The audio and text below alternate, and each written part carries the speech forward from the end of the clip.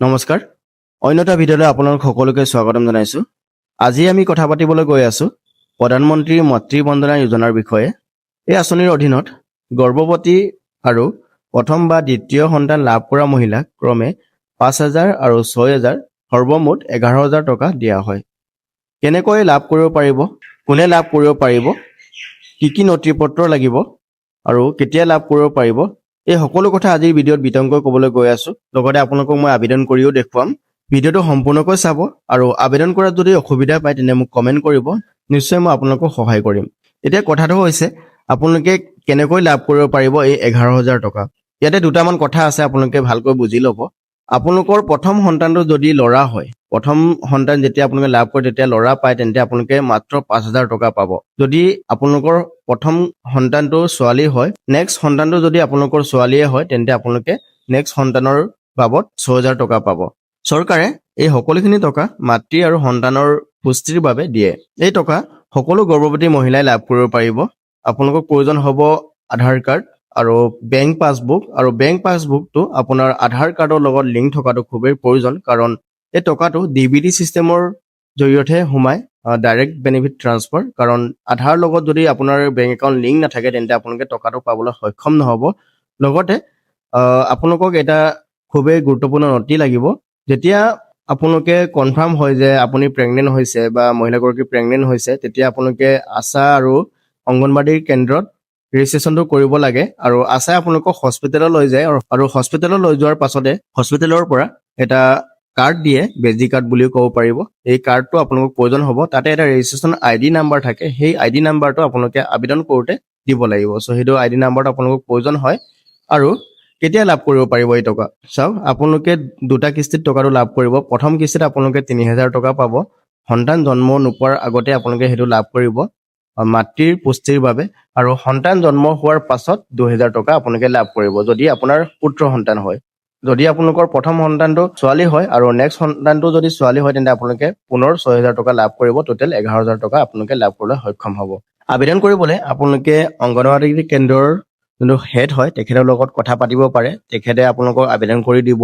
যদি তেখেতে আবেদন কৰি নিদিয়ে, তেখেতৰ পৰা আপুনি ID নাম্বাৰটো বিচাৰিব, মাতৃ বন্দনা যোনটো ID নাম্বাৰ আৰু পাছৱৰ্ডটো, সেই পাছৱৰ্ড আৰু ID নাম্বাৰটো পালে আপোনালোকে আপোনাৰ মোবাইলত থকা যিকোনো এটা ব্ৰাউজাৰ অপেন কৰিব আৰু PMMY বুলি চাৰ্চ কৰিব। চাৰ্চ কৰাৰ পাছতে আপোনালোকে ইয়াতে লগইন ছেকশ্যনটো দেখা পাব, বা আপোনালোকে যোনটো অফিচিয়েল ৱেবছাইটত তাতে এণ্টাৰ হৈ আপোনালোকে এইটো ছেকশ্যনত এণ্টাৰ হৈ আপোনালোকে লগইন অপশ্যনত ক্লিক কৰি লগইন কৰিব পাৰিব। ইয়াতে ইউজাৰ ID আৰু পাছৱৰ্ড দিয়া থাকে, সেইটো আপোনালোকে ফিল আপ কৰি লগইন কৰিব পাৰিব। লগইন কৰাৰ পাছতে আপুনি আবেদন কৰিবলৈ সক্ষম হ'ব। ইয়াতে মই দেখুৱাই আছোঁ আপোনালোকে কেনেকৈ আবেদন কৰিব।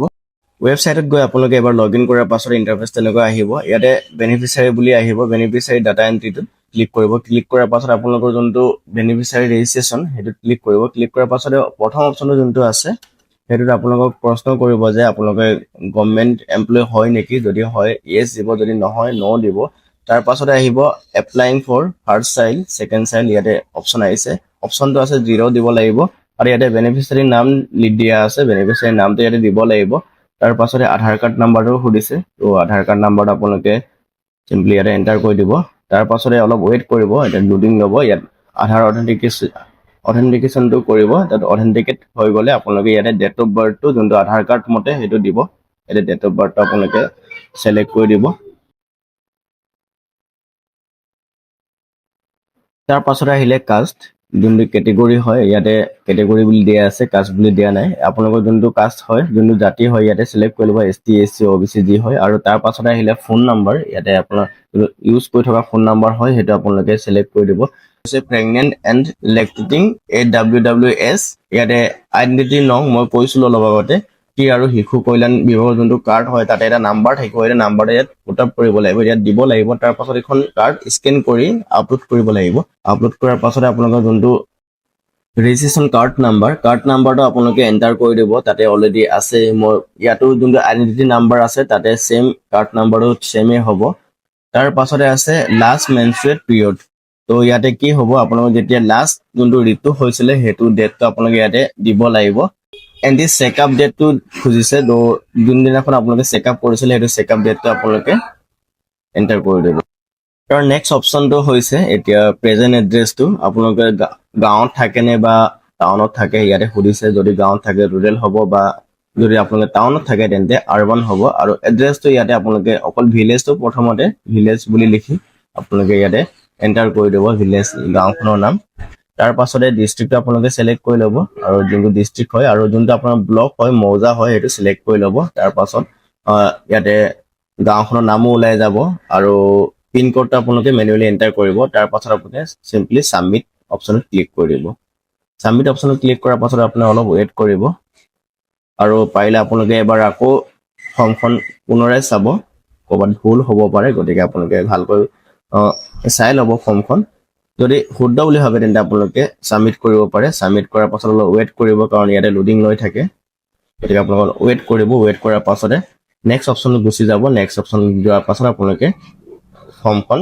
এবাৰ আকৌ চাব পাৰিব চোৱাৰ পাছত আপোনালোকে চিম্পলি ফাইনেল সাবমিশন কৰিব পাৰিব ইয়াতে লোডিং কমপ্লিট হৈ গৈছে লোডিং কমপ্লিট হোৱাৰ পাছত এনেকুৱা অপশ্যনটা আহিব ইয়াতে এডিট কৰিব পাৰিব আপোনালোকে যদি শুদ্ধ আছে তেন্তে সাবমিট যোনটো অপশ্যন আছে সেইটোত ক্লিক কৰি দিব যদি সাবমিট কৰিম সাবমিট অপশ্যনত ক্লিক কৰিলোঁ ক্লিক বেনিফিচিয়াৰী লিষ্টটো চেক কৰিব পাৰিব ইয়াতে চাওক চাৰ্চ বেনিফিচিয়াৰী ইয়াতে তিনিটা অপশ্যন আছে বেনিফিচিয়াৰী নামৰ জৰিয়তে চাৰ্চ কৰিব পাৰে বুথ আধাৰ কাৰ্ড বা ফোন নম্বৰ জৰিয়তে চাৰ্চ কৰিব পাৰে অতি সহজে চাৰ্চ কৰি উলিয়াবৰ কাৰণে এটা অপশ্যন দিছে ইয়াতে পেটছ ডিটেইলছ ক্লিক কৰি নামৰ জৰিয়তে মই চাৰ্চ কৰিছোঁ আৰু এইটো অপশ্যন ওলাই গৈছে তো ইয়াতে আপোনালোকৰ ডিটেইলছো চাব পাৰিব এনেকুৱা অতি সহজে চাব পাৰিব গতিকে ভিডিঅ'টো ভাল লাগিলে লাইক কৰিব লগতে চেনেলটো যদি নতুন তেন্তে আপোনালোকে চেনেলটো ছাবস্ক্ৰাইব কৰি ৰাখিব কাৰণ মই এনেকুৱা ইনফৰ্মেটিভ ভিডিঅ' আপোনালোকক দি থাকিম